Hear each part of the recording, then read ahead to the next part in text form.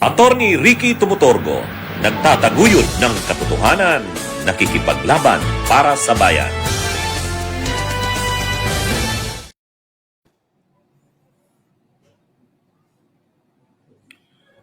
Mga kabunyog, mga kababayan, magandang araw po sa inyong lahat. Welcome sa isa na namang episode ng ating Rapido ni Attorney Ricky Tumutorgo. Mga kabunyog, rapiduhin nga natin ito. Rapiduhin nga natin itong si Pia Cayetano. Live po tayo, Kabunyog Gerardo Ramirez, Kabunyog Ricardo O, kay Kabunyog Remeo Magtubo, si Robin Hood Layusa, kay Maria Victoria Calexto, kay Angela Gonzaga. Nakalive po tayo, Kabunyog Merlinda Estrella, BG Badjola. Shout out sa inyo. Kay Richard, kay Elmer Imperial, sabi, ikaw naman Elmer Imperial, bitayin na lang daw. Buenos Dias, Leonora Alexander Giliane, Edmond Presquito, kay Maribel Rimular, shout out sa inyo, mga kabunyog, mga kawayan. Antonio Almonte, kay Hihinyo Montella. Okay, pasensya na sa ibang hindi ko pa magigreet, ha? Basta ito, mga kabunyog, pinapadisbar at irereklamo sa Ethics Committee ng Senado si Pia Cayetano. Tama lang yan. Deserve niya yan, mga kabunyog. Actually, tama yan. Tama yan. Bakit dapat siyang ipadisbar? At tungkol saan? Bakit siya pa-filean ng reklamo sa Ethics Committee? Tungkol saan? Sa ginawa niyang pag-splice ng video. Imagine niyo, nag-splice siya ng video. In-splice niya yung video para lumabas na itong abogado ng prosecution, si Congressman Chel Diokno, itong prosecutor, ay lumabas na kasi gustong palabasin ni Pia Cayetano. Actually, silang magkapatid na Cayetano nagpapalabas noon . Wala pa namang mga ebidensya ang prosecution.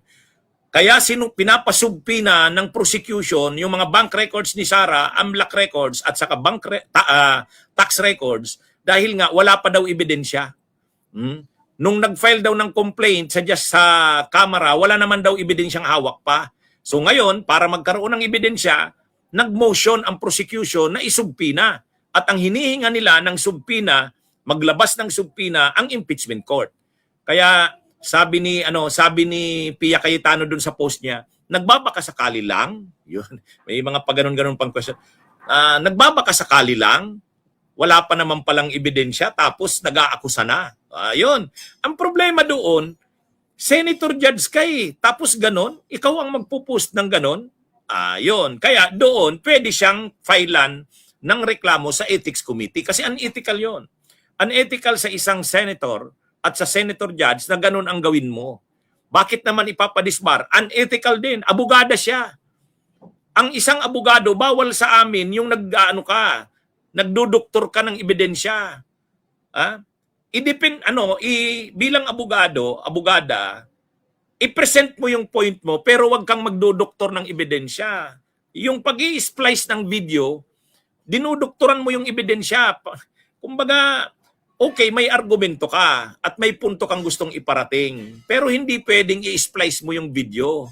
Kaya bawal yon, unethical yon sa abogado. Doon naman sa pagiging senator judge, unethical din yon. Kasi hindi mo dapat gawin yan bilang senator judge. Wala ka dapat pinapanigan. Dapat impartial ka. Ay doon sa ginawa mo, kinukomentaryuhan mo yung prosecution. Nagbabaka sakali lang, sabi niya. Wala pa pala kayong ebidensya? Bakit nag-aakusa na kayo? Yun. Mga matindi yan. Kaya ngayon, lumalakas ang panawagan kay Pia Cayetano ipadisbar. Ang disbarment yan sa Supreme Court yan. Sa Integrated Bar of the Philippines yan. Sino ang nagsasabi niyan? Si Congressman Chel Diokno, sabi niya, pag-iisipan daw ng civil society na ireklamo siya sa Ethics Committee at saka sa Supreme Court. Magkahiwala yon. Ang disbarment sa Korte Suprema yan. Kasi ang pwedeng magtanggal lang ng abogado, ang pwede lang magtanggal ng abogado ay ang Supreme Court. Kapag may final na disbarment. Ang Ethics Committee naman ng Senado, pwede naman silang magdisiplina ng kamiyembro nila sa Senado kapag unethical din ang ginawa. Ay ngayon, sabi ni Tito Soto, tinanong siya, pwede bang makasuhan sa Ethics Committee ng ethics complaint si Pia Cayetano? Sabi ni Senador Tito Soto, probably, pwede. Dahil sa totoo naman talaga, napaka-unethical yung ginawa niya. Oh. Kaya ano ito mga kabunyog, disbarment sa Korte Suprema kasi bilang lawyer, abogada, hindi ka dapat nag-i-splice ng video. Bawal sa amin yun eh. Ha? Oh. At bilang naman senator judge, dapat impartial ka, wala kang pinapanigan. Ay yung ginawa mo, nag-post ka ng ganon, na sabi niya, nagbabaka sakali lang, nag-file, nag-aakusa na pala kayo, wala pa naman kayong ebidensya. Oh, yan yung yan yung mga ginawa ni at matibay yung na yon, matibay na bas. Ang lalabas nito para itong si Marcoleta. Bakit?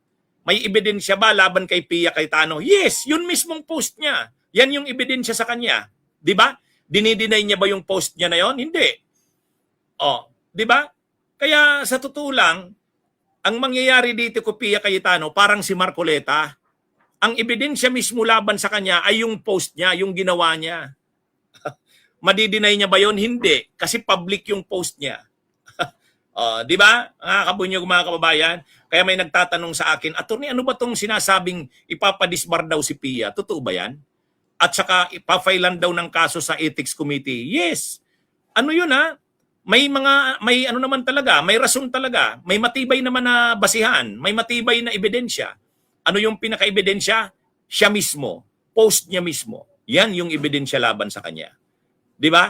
Parang Marcoleta, ano ang ebidensya laban kay Marcoleta? Siya mismo. Siya ang nag-provide ng ebidensya laban sa kanya. Oh. Pwede ba siyang matanggal sa pagkasenador? Pwede. Kaya lang 2/3 kasi ang kailangan na boto sa Senado. Magbubutuhan ang mga senador para tanggalin sa pagkasenador pero 2/3 ang kailangan na boto diyan.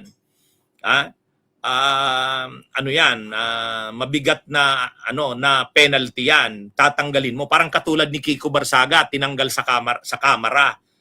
Pagdating kasi sa mga senador at saka kongresista, ang pagdisiplina niyan kasama na ang pagtanggal, hindi naman impeachment kasi hindi naman yan impeachable official. Paano tatanggalin ang member ng Congress at ng Senate? Sa pamamagitan ng Ethics Committee. Ay di ba si Kiko Barsaga natanggal? Ethics Committee. Nag-recommend yung Ethics Committee, natanggalin na siya. O nagbutuhan ngayon yung mga kongresista, nakuha yung 2/3, more than 2/3 pa nga. Ganon din si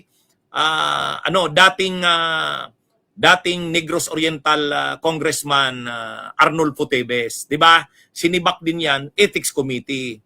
O, ito naman, pwede ba siyang masibak sa Ethics Committee si Pia? Yes. Pero 2/3 ang botong kailangan. 2/3 ang botong kailangan at saka kailangan matapang talaga ang impeachment ang justice ay ang Ethics Committee ng Senado. Yan yung pero sa totoo lang sa mga ginagawa nitong magkapatid na ito, si Pia sa si Alan, sa totoo lang dapat na yan. Dapat madisiplina naman talaga yan eh. Di ba? Mga kabunyog, mga kababayan. Okay, magandang araw sa inyong lahat. Ito po ang ating Rapido ni Attorney Ricky Tumutorgo. Bunyog, bunyog, halikan na kasama ka. Bunyog, kapag buklod ay may pag-asa. Luzon, Visayas, Mindanao, isa ang pananaw. Sa bagong Pilipinas ang bunyog isisigaw. Bunyog.